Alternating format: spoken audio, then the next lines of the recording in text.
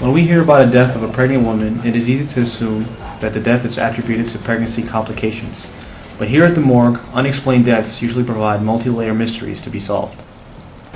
Deaths attributed to pregnancies don't occur all too often, and it does happen to about 399 females each year. Hi, I'm Dr. E for Rady.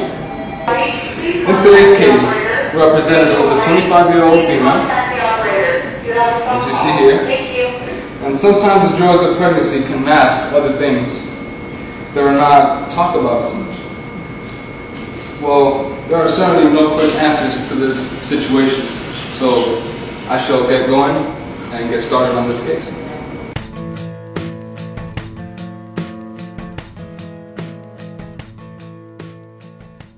The first sign of sickness began when our subject started feeling nauseous.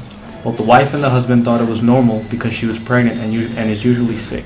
A few hours later, she began to sweat and complains that her body is feeling warm one moment and cold the next.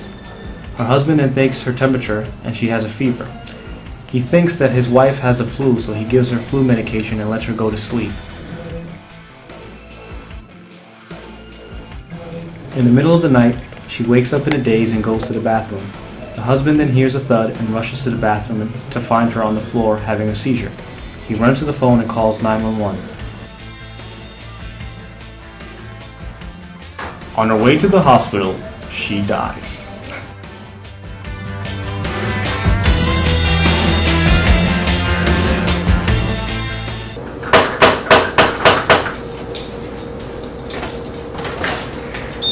Hi sir, how are you? Are you Micro? Yeah, that's me, yeah. What's up? Well, nice to meet you. My name is Stephanie Orius, and this is my partner here, Ann Thraces, for her to ask you a few questions. Alright. Come in. Alright, Ms. Rowe, we're here to talk about, obviously, your wife's death, so I need you to tell me exactly what happened. Well, one morning she woke up, she was feeling kind of sick. She had fever, chills, sore throat, headache, and it was just kind of terrible. So I thought I want to do something special for her to try to brighten up her day. Thought I'd make her something to eat.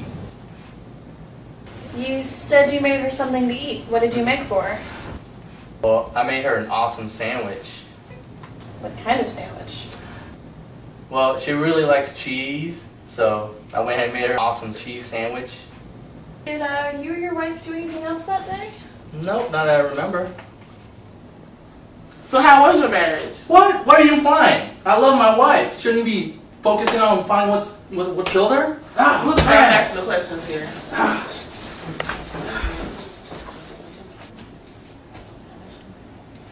Okay, well, we have some more questions for you. So, could you show me what ingredients you used to make the sandwich for her? Alright, fine. I made it with a bagel because she really loves that. I put some cheese, some lettuce, some mustard, really top it off. So that sounds delicious. So would you happen to have any of those ingredients left over? Yeah, but why do you want to see that for? Sir, I'm just curious. I might want to make a sandwich. Alright. Alright, let's see. Alright, so it looks like here's some leftover sandwich that she didn't get to. Hey, Mr. Rowe? Yeah. What kind of cheese is this? This looks nothing like I've seen at Super Walmart before. Yes. Oh, that's something special. I went down to the Kazakhstanian market and got her favorite cheese from her country, and that was just a little, something special I want to do for her. Is it pasteurized?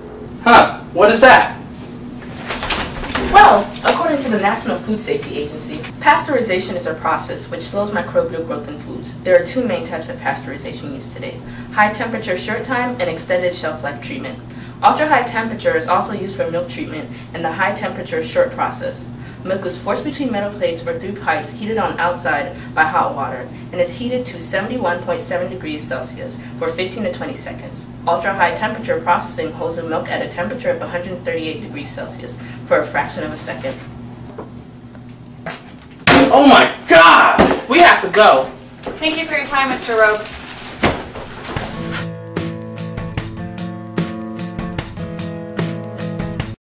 She doesn't seem to have any bruises in her arm, nothing like that. So it wasn't no severe falls. She doesn't show any signs of any strangling as well, as I can see. All her signs are regular. Now let's perform the wine sitting. Now her inside do not show any things abnormal, so now we're going to have to look at the brain. Alright. Wow, she appears to show some signs of inflamed meninges, but I'm not entirely sure what this can be linked to. Dr. E, I've got the blood results. What do they conclude? It appears to be meningitis. Meningitis. Dr. E, I have it. It's the cheese. What about the cheese? Well, he said he made her a sandwich, and that's when she really started feeling sick. So I believe that, well, it appears to be from Kazakhstan, is what he told me. And you know that obviously some cheeses from out of the country are pasteurized, and it's not really regulated. So I decided, well, we have to check this. So did you find anything that would confirm it? The cheese not being pasteurized? So you said the food was unpasteurized, right? Yes, I did. The cheese was unpasteurized. I know of a bacteria that is found in unpasteurized food, Listeria Hysteria, and we just found with the lab results that she has meningitis, so meningitis could have been from Listeria Hysteria. There, it all fits in, it makes sense. I love myself. This is a clear case of a foodborne pathogen which clearly took this woman's life. Unfortunately, it took her life, but now we are able to tell her family what exactly killed her, and instead of being pregnancy complication. So I think I did my job. Listeria monocytogenes is a gram-positive non-spore-forming bacteria that belongs to the Clostridium subbranch. Listeriosis is the rare but serious infection caused by this bacteria.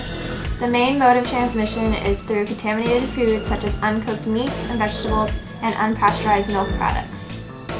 There are about 2,500 reported cases of listeriosis each year, in which pregnant women account for 27%. As we saw in this case of Listeria hysteria, symptoms include fever, nausea, vomiting, and diarrhea. More serious, the infection can result in meningitis and septicemia. How can we reduce the risk for listeriosis? Thoroughly cook raw foods from animal sources and vegetables. Avoid unpasteurized milks and its products, especially pregnant women, and wash your hands. Wash your hands, don't be dirty, wash your hands.